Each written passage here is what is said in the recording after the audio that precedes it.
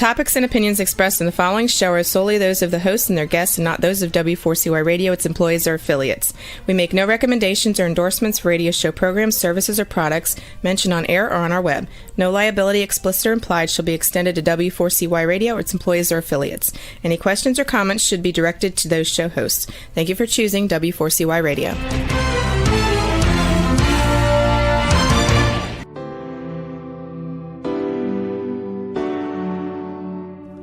Welcome to the Legacy Leavers series on Success Secrets Exposed. Tune in live every Tuesday at 7 p.m. Eastern Time or Wednesday mornings in Australia on W4CY Radio and Talk4 TV. The series showcases experts, changemakers, and disruptors leaving a lasting legacy with those sharing their wisdom with the world.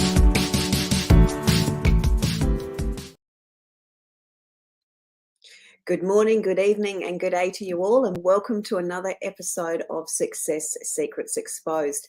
Today we've got a phenomenal topic on how will you document and leave your legacy. I have a beautiful guest today, is Bridget Cook Birch, whose clients call her the Book Whisperer. She is a New York Times and Wall Street Journal best-selling author, mentor, humanitarian, and speaker known for riveting stories of transformation. Her powerful work has been showcased on Oprah, Dateline, Netflix, Discovery Plus, A&E, CNN, Good Morning America, NPR, and in People, among many others. As the CEO and founder of Your Inspired Story, she hosts Inspired Writers Retreats, group coaching, and executive coaching. And her greatest passion is helping you discover the importance of your story and to become the leader in your own community and worldwide. So please help me welcome to the show, Bridget Cook Birch. Hello, Sally. So great to see you. I just absolutely love seeing you whenever we can. Thank you so much. I've been so excited and so waiting to be able to share you and your beautiful energy, and more importantly, your amazing passion that you have for these incredible people that have incredible stories. So thank you for sharing what you do with the world. It's very, very impactful and important. Well, thank you. Excited to be here today. Yeah, thank you. I'd love to start off the show. I know we sort of did a little bit of an intro, but I'd love you to sort of share a little bit more of, I suppose, the backstory of why and how you would describe your quest and the legacy that you're actually leaving. Well, it's fascinating, when you and I met and you learned that my publishing company is called Inspired Legacy Publishing, and everything that I am, that I stand for, is about inspiration, but also what is the highest good that we can leave on the planet. And, I have seen so many people struggle from day to day to day, and they just live on this singular timeline of survival, not wanting to have any more pain, but therefore they don't reach for their dreams either. And there was a time when that was me. And I found myself as a college student working 3 jobs, and I was going to school, and I ended up becoming very ill with ulcers in my colon and fissures, and created sepsis. I ended up in the hospital listening to nurses in the corridor saying, she's just not going to make it until morning. And I had a very powerful presence that filled my room and let me know that I was being given a second chance at life. And all of a sudden, I recognized that I would have the opportunity to fulfill my purpose, my reason for being here. Then in Japanese, they call it ikigai, your reason for breathing. And I found it. Before that moment, I didn't know what I was here on the planet for. After that, it was like I understood the story I'd been telling myself up until that moment, that I wasn't worthy, that I wasn't good enough, that life didn't hold a lot of promise for me.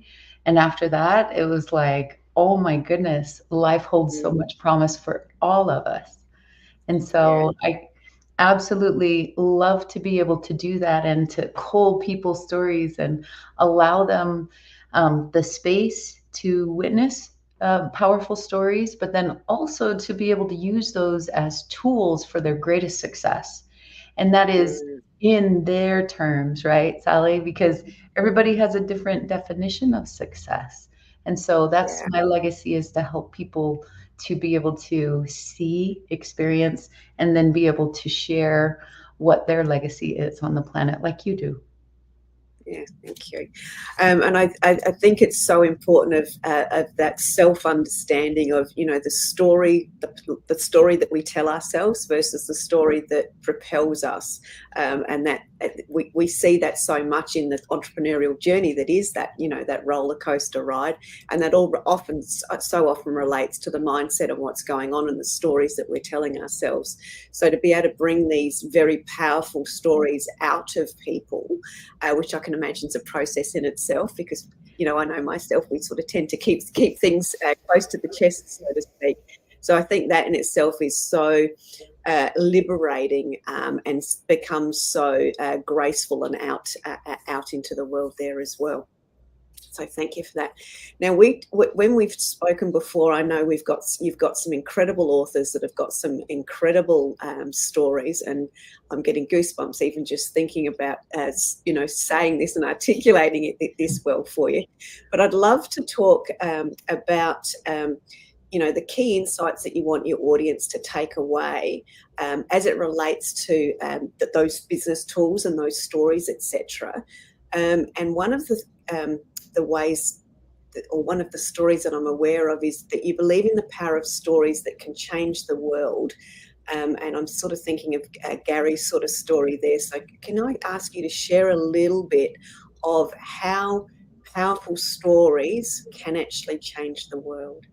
Yeah, thank you. I appreciate that. So first of all, just as with my experience, I Mm, find that for authors, as they're writing down their stories, that the first person that the story changes is them, because good. all of a sudden they're seeing, oh, I do have a hero's journey or a shero's journey. I didn't realize that I was on one. Sometimes Mm, multiple. Certain people have been on multiple hero's journeys and they continue forward. It depends on the person, but to be able to recognize that you've gone through all these incredible steps, and mm, that you have such beautiful power within you for your to witness your own transformation, to witness how you've made it through mm, beautiful things and hard things and crossed many different thresholds.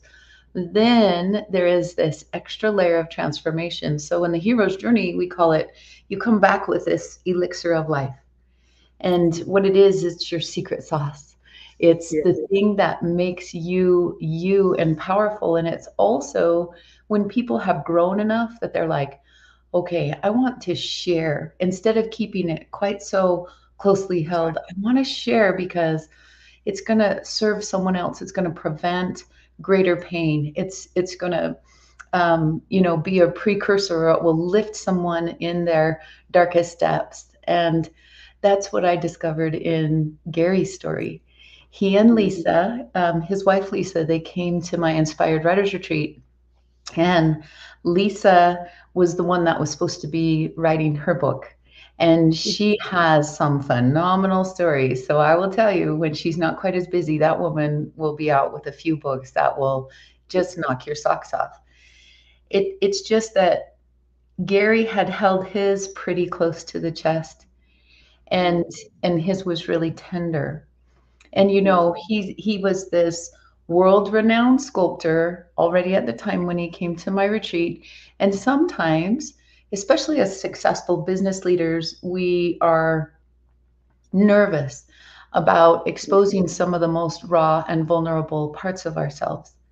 Well, Gary chose, we talked over his story, and at the retreat, he shared some of his most vulnerable pieces of life, and then we decided to work together to bring this out into life. And just so that your listeners and viewers know, it's a story of incredible redemption. You see, Gary was being raised on an army base in Mannheim, Germany, a U.S. Army base, and he lost both his mother and his stepfather to murder-suicide when his father just became engulfed. His stepdad became engulfed in jealousy, and right in front of him. And so he and his baby brother were shipped back to Idaho, and he went to be raised in another home. And there it was like from the frying pan into fiery abuse and horrific circumstances, and nobody knew because the adults were working nights. And he had an older stepbrother that was daily threatening his life and committing atrocities on him. And so, Gary grew up under these circumstances, and for some, it can break them. And he had figured out that he could become bitter or better. And he found two things that really opened his world and helped him to rise from his dark night. And that was he found God, and then he also found art. So he was this famous painter by the time he was in high school. And when he found clay, oh, Sally, as you know, the whole world opened for him. It was just beautiful. And then, as you know, there is a deeper legacy because he was asked by Stephen Covey, who wrote 7 Habits of Highly Effective People. He was asked by Stephen if he would, to honor Dr. Viktor Frankl on his deathbed, if he would come up with a symbol that denoted responsibility. Because Dr. Frankl, who wrote Man's Search for Meaning, he had survived several Nazi concentration camps. And fortunately, he was liberated, but his entire family was decimated by the Nazis. And so as he made his way back home to Vienna, Austria, he wrote his book in 9 short days. And it involved so many of the experiences that he'd had. But later he added to that book, because he loved the United States, and he would come and speak here. And he would tell the students, he would say, you need to have a statue of responsibility to bookend the Statue of Liberty, because you cannot have liberty without responsibility. And Gary was chosen to create that symbol. So, as you know, it's so powerful. Incredible. And those stories of that becoming more. And the element that you talked about is that as individuals, we often forget the integral little tiny steps that lead us there. The journey as such, we go, oh yeah, that was good, and we forget to almost celebrate the small steps and the successes that we've had along the way. And when you read somebody else's powerful story, and this is what I've experienced with reading Gary's story and many of the other books, is that you actually go, oh my God, you can see their journey, and it actually helps you see your own journey. So you do have your own sort of little mini transformation in the process of witnessing somebody else's. And that's what I find so exciting about the work that you bring to life through your authors, etc. as well. So thank you. Thank you. Yeah, and there's also you've also talked about how does writing help us get in touch with the legacy and that lasting contribution. And I think there was a story from Lindsay around how that person got in touch and then started to create their legacy and what they wanted to contribute to the world. So can you share a little bit about the work that you do in, helping people actually get in touch? I imagine in my own person, it's unpacking the, unraveling the onion skin almost to get to the juicy bits. I understand. And I love the juicy bits because I talk about writing juicy, which is, getting in touch with all the emotions and the body language, but also all the senses, so you can immerse people in your experiences. And, they may not still think about the world in the way that you do, but they understand why you do. And so it's incredibly powerful. And then when you go through transformations, then as you mentioned, the reader can see their own inside that story. And to me, that's a remarkable gift to give. Gives me goosebumps. Yeah. Yes. And, it's fascinating. They have done a lot of studies on the power of writing on your brain. And two things happen. One is that, especially if you have survived any trauma, and if you've lived on the planet for a while, you probably have experienced certain forms of trauma in one way or another that, every human does, and some more than others. But it helps you to move the how you respond to things from being in the moment, being triggered, which is why a lot of us hold things close to our chest, to being the observer. And suddenly you have power over your story instead of your story having power over you. And recently there has been even more studies done on the hero's journey. And one of the things that they're finding is that if you write your story and you allow yourself to go through those epic steps, you see more value in what you have done and survived and brought to the world. But what's so beautiful is that you are happier. Your life has more meaning, and you're so much more clear on that gift and legacy that you have to give to the world. So I have strong suggestion for your viewers and your listeners, and that is to write down your story, to honor it, to witness it for yourself, and to open yourself up to more heroes' journeys too, to recognize, wow, I can make it through some hell and high water and also come out on the other side a stronger person, a more effective leader, a more incredible, talented individual with gifts to share. So it's a beautiful process, and one that ought not be negated. Yeah. And I there's a couple of things that come up for me is that, through reading other people's stories, you actually have the courage to continue or start another new adventure for yourself. And that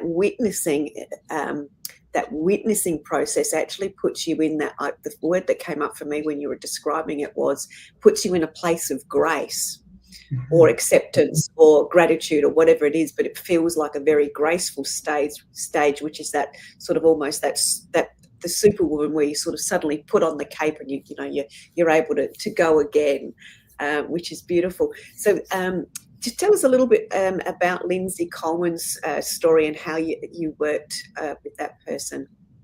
Yeah, so I met Lindsay at another retreat, and he had survived through several cancers.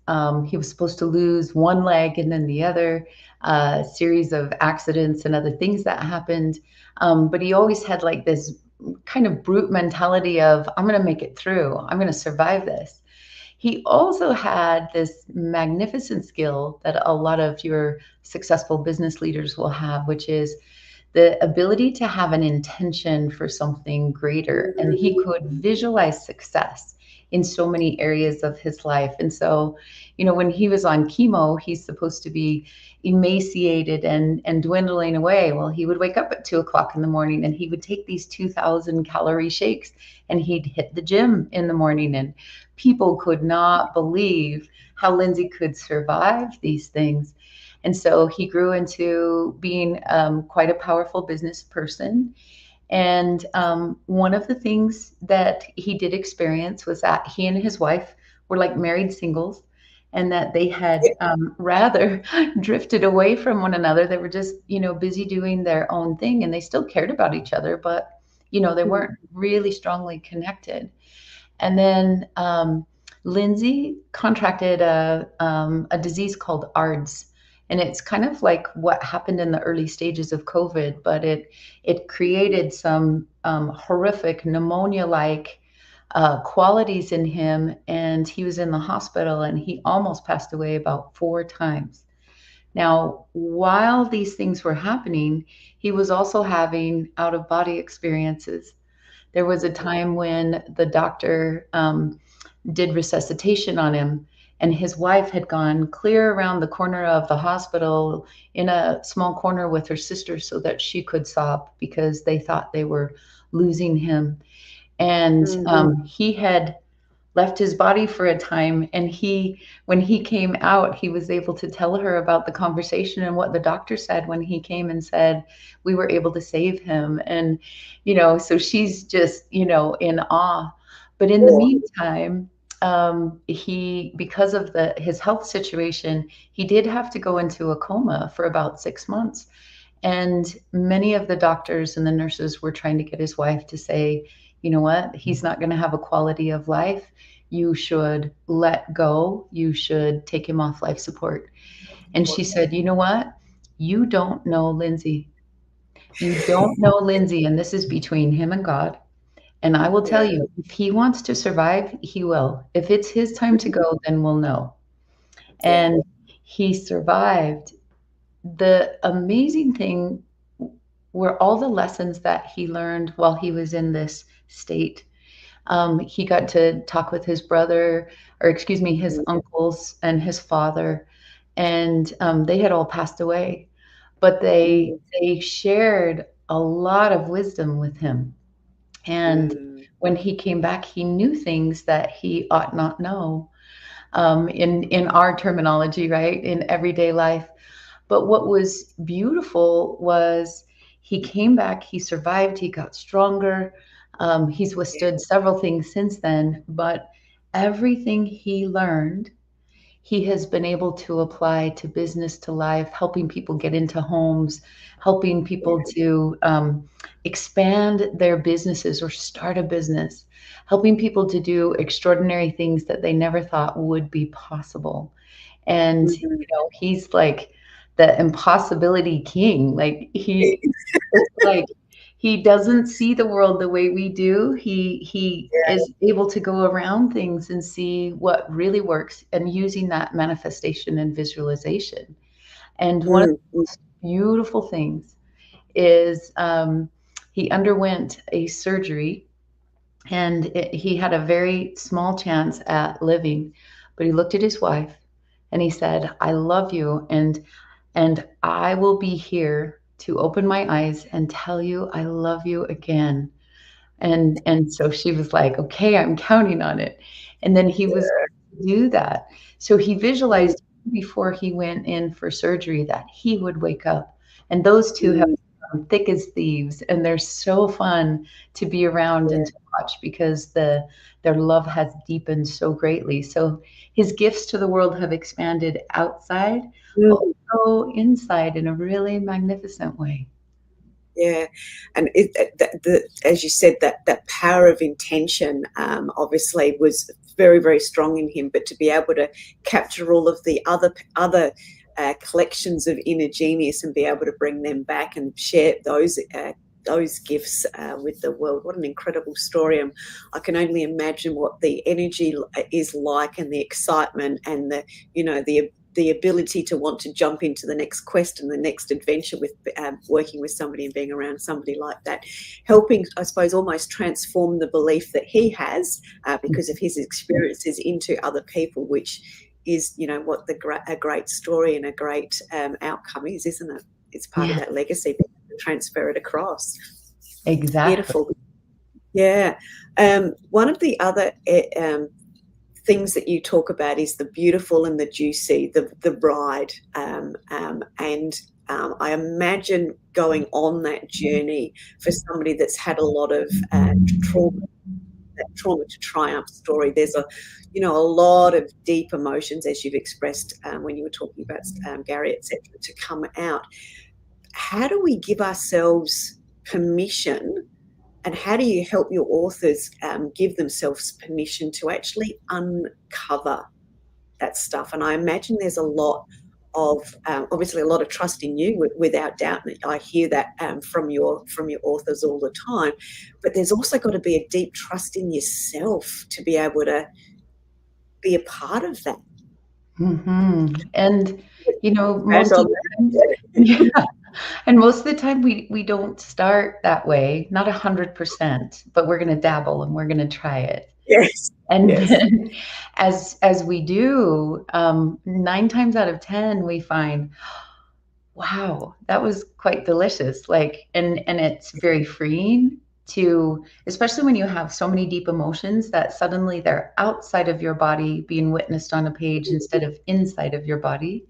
And so Yeah. that's really beautiful. But there are levels of permissions that it seems like an individual has to give themselves. And one of the things that I find is really important is for people to say, the first draft of my book is for me. I'm gonna Mm, write it to figure out what I have to say. I'm gonna write it to tell all my truths. I'm gonna write it to be honest with myself. I'm gonna write it to see me as I am and what I really have to offer the world. And then when I go back to do the magic of the rewrite, I'm going to be thinking about the one person who can benefit most from this. I'm going to have an intimate conversation with them. And that way I know how much is important for them to know. I've already witnessed for myself, so I don't need validation from the world. But what now is going to serve them? And so let's just say if you've had, 10 extraordinarily tragic circumstances, well, you're not going to talk about every single one of those. You would talk about the 2 or 3 that changed the way you saw yourself. And whether that took you on a downward spiral or a rise, what it did, and then what you did to overcome it, or to be able to see the truth of how strong you were. And so, it all revolves around, what is that legacy, that elixir of life? And what are the most important turning points, the rises and falls in your story that can give that reader the breadth and depth of who you are? But it doesn't become too drawn out or drag on or too dramatic, but it is just so powerful. And then they're like, I want more of you. I want to follow you. I want to be a part of your movement. I want to be able to be as passionate about life as you are. Like, I want more. And then they often will contact you to do business or to just be a witness to what you're creating in the world. Yeah, beautiful. There's so much, and there's so much going on in my brain right now. I couldn't agree with you more as it relates to the, oh my God, this person is amazing. I want to be, I want to know more about them. And you do have that depth of connection, which is what a legacy leaver has, where people go, oh my God, I want to be part of their movement. They might not have quite articulated their movement yet, but they're going to do something. You're on that quest, and that you realize through the reading that you want to be a part of that, that story or that quest as well, because there's something that resonates or aligns with you and you want to help lift up. So I think the beautiful thing I've experienced with working with some of the authors and working with you is that ability where you find the collective that actually helps continue and or fast track or amplify the movement or the passion in some way, which just, I just find that incredibly humbling, but also very exciting at the same time. Me too. Every day. Yeah. I can totally imagine. Now, there's one other story that you've got that you had mentioned to me, and I'm an ex-horsey girl, so this one had me at horse. So that was a story around, it was Jason Palmer's story, and that had the racing career, and the element is around placing trust, and having had horses, and then not had horses for a while. And I remember going on a horse retreat with with Rory when he was little, not long after I'd gone through a divorce, and like I'm the horsey person, and it was an exercise around trust. And of course I'm still a bit grumpy, and it was so interesting because the horses would not come near me, and I'm a horsey person, and they usually always used to come up to me, but obviously that was where I was at. And I can look back on this now and laugh. At the time it was really I remember it being really frustrating because I didn't have trust in myself, so therefore the horses weren't going to not come near me. And Rory had not been around horses, and that he was in there, he was only little, and they were all coming up to him, and they were all playing, and they were actually playing like follow the leader, and going around. And it was just, again, extraordinary to witness, when you have that belief or trust in yourself, how horses in that particular example would come on the journey with you. So I'd love to hear a little bit more about Jason's story around the beginning with placing trust, and how that works with the legacy leaving too. Well, thank you for asking. Jason Palmer is an extraordinary horseman, but he didn't start off that way. When he was a young boy, he and his father and two brothers were, he had grown up quite poor, and they were gathering firewood, and his father had a chainsaw and was cutting firewood for them to throw in the back of the pickup. And Jason was anticipating every move of his dad and everything.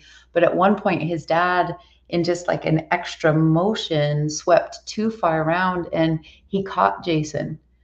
And so Jason's, he had a horrific wound here, and it came within a very small, less than an inch away from a main artery, which would have killed him. His father had been ex-military, and he packed him full of snow and rushed him to the hospital, saved his life. And there was a doctor that was able to save his face to a degree. But you can imagine that for a while, there was a lot of horrific scarring, and the look of it, and his mouth wouldn't work right. And people treated him poorly. All the kids at school who a moment before he was really popular and everybody enjoyed him, and then all of a sudden he's completely shunned and outcast. And it was a horse. It was a relationship with a horse that brought him to be able to trust humans again.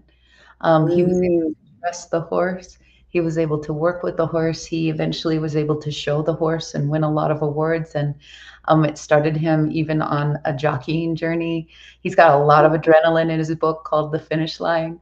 But it really was like, what as a horsey woman is that they have gifts, and they could sense that he needed something that he wasn't being given, and they gave that to him. And later in his career, then he gave that back to horses. There were certain horses that no one believed in, and weren't being given the time of day, even if they came from a really beautiful pedigree.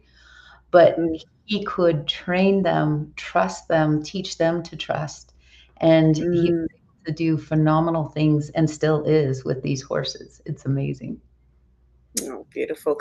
And isn't that such a beautiful word, trust? And it just, to me, that's the sort of the pinnacle where we trust ourselves to open up enough to start to the thought of, finding our own story, and then witnessing our story and being able to be in that observer, and then working out where the value is for other people. And then, and then that excitement comes in, and then you can see where you, as an individual who didn't perhaps think that you had a lot to share, can, significantly contribute to a message, to a movement, to a cause, to an enlightenment of the community with the messages that you've been able to that you've witnessed, but also be able to see and then bring to the world as value. Amazing. I've got one question that I always like to ask, and I know you found your question, your legacy very, very early. However, so I'm curious as to how you'll actually answer this. What do you know now that you wished you'd known earlier? That it takes courage to be fully who we are. And there are gifts and miracles and blessings and success and all kinds of things. But we have a tendency to say, oh, that's possible and available for every single person on the planet except me. And it takes courage to be able to say, I can access those too. I can have the courage to take a look at my own story, recognize my story in other people's, give myself credit where it's due. And I think I would encourage myself to have a lot more of that bravery and courage in taking a step forward in who I was sooner. Yeah. And it's something I like to instill in people as, have them discover it from the inside, but as quickly as they can, because life just becomes richer, juicier, sweeter than, anything. And in fact, do you know the chakra system? There's Yes, I like do. these energy centers. So, the root chakra is all about survival and tribe and safety. But just one chakra up from that in Sanskrit is called Svadhisthana. And it means the honey and the nectar and the sweetness of life. And it takes courage to go out of survival into thriving, into juicy Mm, relationships, into saying I'm worthy of receiving, money and earning great things and having success in what I term as success. And so I think courage and just that giving yourself the gift of that nectar of life. mm, mm. Yeah, beautiful. Thank you. And I'd love you to share a little bit more also about how your Inspired Writers Retreat work. And I've only had the privilege of seeing many photos, and you can, for me, as a witnessing just in images, because of course with the work that we do, I love a great image, because an image tells a story to me, even if I haven't got any words written with it. But I see people in deep thought. I see people that are very highly connected. You can see the support in the room. They don't look like they're challenged. They possibly are, but they look like they're in that incredibly graceful, courageous space from the images that I see, even though, they might be deep in thought. So you've obviously created something extraordinary. So can I ask you to describe and tell the audience a little bit about what you do and why it becomes so powerful for your authors? Well, thank you. I'm very honored that you would ask. It has become just like my ikigai, my life's breath. I love it because we get these authors from many disparate situations, circumstances, backgrounds, skin colors, walks of life, religions, political points of view from all over the world. And Mm, we gather in a small group. It's like a microcosm of the planet, and yes. everyone begins to get to know one another and each other's stories. So immediately bonds start being formed because story has the power to do that in human connection more than anything. Mm, I also have lots of experiential exercises. So you see them writing, but there's a lot of juicy stuff that happens in between that mm, awakens the writer. We do lots of exercises you can't get in a classroom and certainly not over Zoom. So I love to be able to awaken those skill sets that a lot of people didn't know they had, and it affects their writing for their whole rest of their lives. I love that. mm, And mm, we have exercises too that help us to overcome the three biggest fears that keep most people from writing their books. You see, adults, in terms of adults, like 9 out of 10 people think they have a really great story, whether fiction or non, that is mm. worth publishing, but less than 3% ever get it done.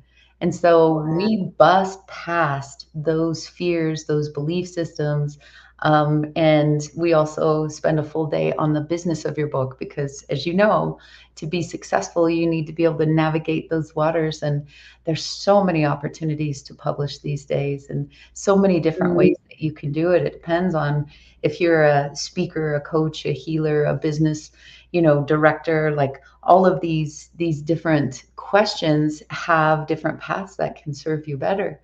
So I love to intertwine left brain mm, and right brain activities, a lot of group activities, but then time to go and actually get things on paper, write down, witness some things for yourself. And then we have some sharing and we have a lot of celebrating we do.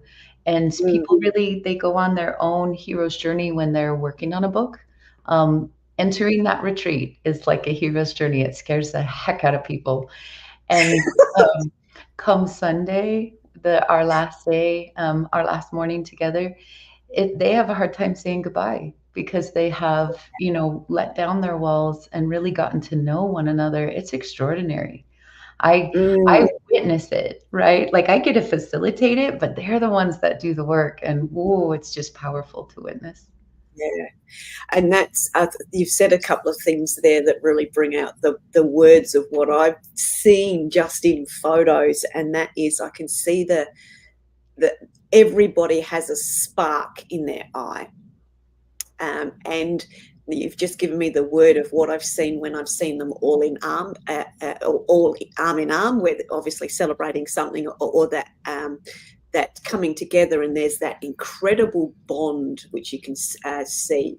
And yeah, as I said, I'm only, for the audience, I'm only witnessing it, having seen some of the beautiful photos over time of this, but there's definitely that spark and that energy in everybody's eyes. They're lit up, they're ready, they're ready to go, they're on something, which is their journey. And then the incredible bond, there's an incredible bond you can see within the participants of the retreat, which is why it looks, from my perspective, to be so magical, which is why, I know without a doubt it's, that real legacy lever, and there's really, really amazing things occurring for the individual as an individual, but the collective because of the collective as well. And then obviously that ripples out into the world in many, many, many beautiful ways as well. Yeah, in fact, I'd love to share one thing. I had a retreat last September, and we did have people with these very disparate political points of view that ended up at this retreat. And they even admitted to each other and themselves, like, if I met you on the street, I wouldn't have liked you and I wouldn't have trusted you. But then in this retreat, they have this magical transformational experience. And that Sunday, like it, we always leave like an extra 2 hours for people to say goodbye as they're supposed to be packing and leaving, because it's, the contacts and communication and connection has been so deep. And so we just allow for that, and we love it because we know the retreat is a success if they have power in their story. They've risen beyond the power of the story over them. And they've also let their walls down enough that they can connect with someone from a different point of view. Like, that's huge. That same weekend is when the Hamas bombed Israel. And I don't care, what side someone is on the political spectrum, there's pain on both sides, right? And we saw what was possible on this one side of the spectrum in terms of violence towards people because of their backgrounds, because of their not being able to see eye to eye. And at the retreat, we saw the exact opposite. That happened when story was involved, when people could look each other in the eye, when they could share with one another. And I find that really extraordinary. I would love to see it more places more often. I think as a world, we could do some extraordinary things with story. Yeah. And isn't that the power of story and the ability to leave a legacy through a shared perspective? Yes. Yeah. Absolutely. I've got goosebumps on goosebumps. And that transformational experience that they're having is what is actually rippling out to the world as well. Absolutely amazing. Bridget, thank you for sharing so much with us about the amazing work that you do, and the amazing transformations that occur in individuals that then bring that transformation to the world as part of the legacy, and the way in which they want to contribute to making the world a better place. Absolutely amazing. So can I ask you to just share with the audience also too, how is the best way in which they can get in contact with you and find out more? We've currently got your website link going across the bottom of the screen for the ticker. But yeah, what's the easiest way for people to find you, reach out to you and have a chat?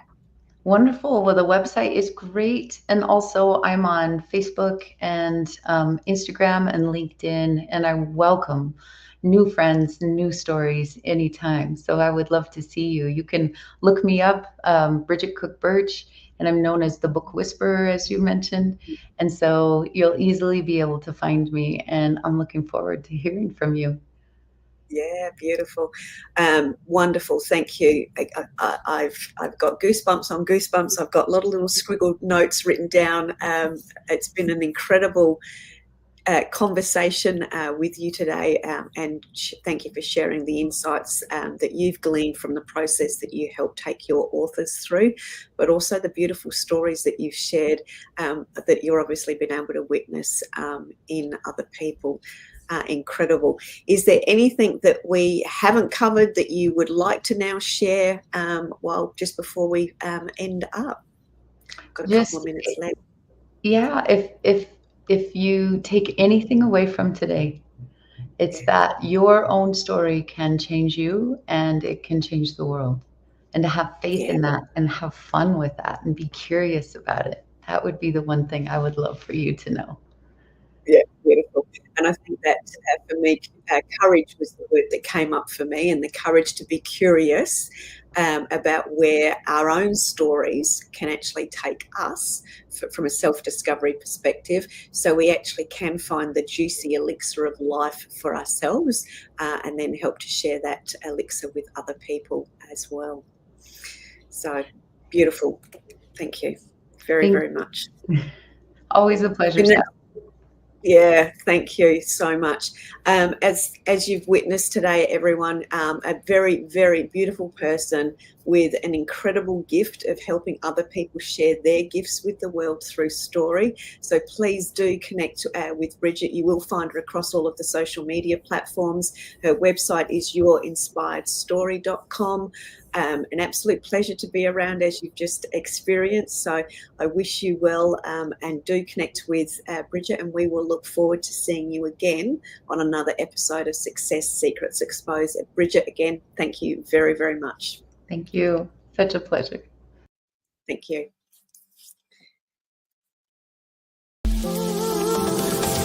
Remember, if you want to be sought after and sold out, as well as being known as the obvious expert in your industry, you need to speak with Sally, our host of Success Secrets Exposed. Sally is the founder of Monetize Your Content, a done-for-you content marketing agency that helps you be easy to buy. See you next week on another episode of Success Secrets Exposed. Tune in live every Tuesday at 7 p.m. Eastern Time or Wednesday mornings in Australia on W4CY Radio and Talk4 TV.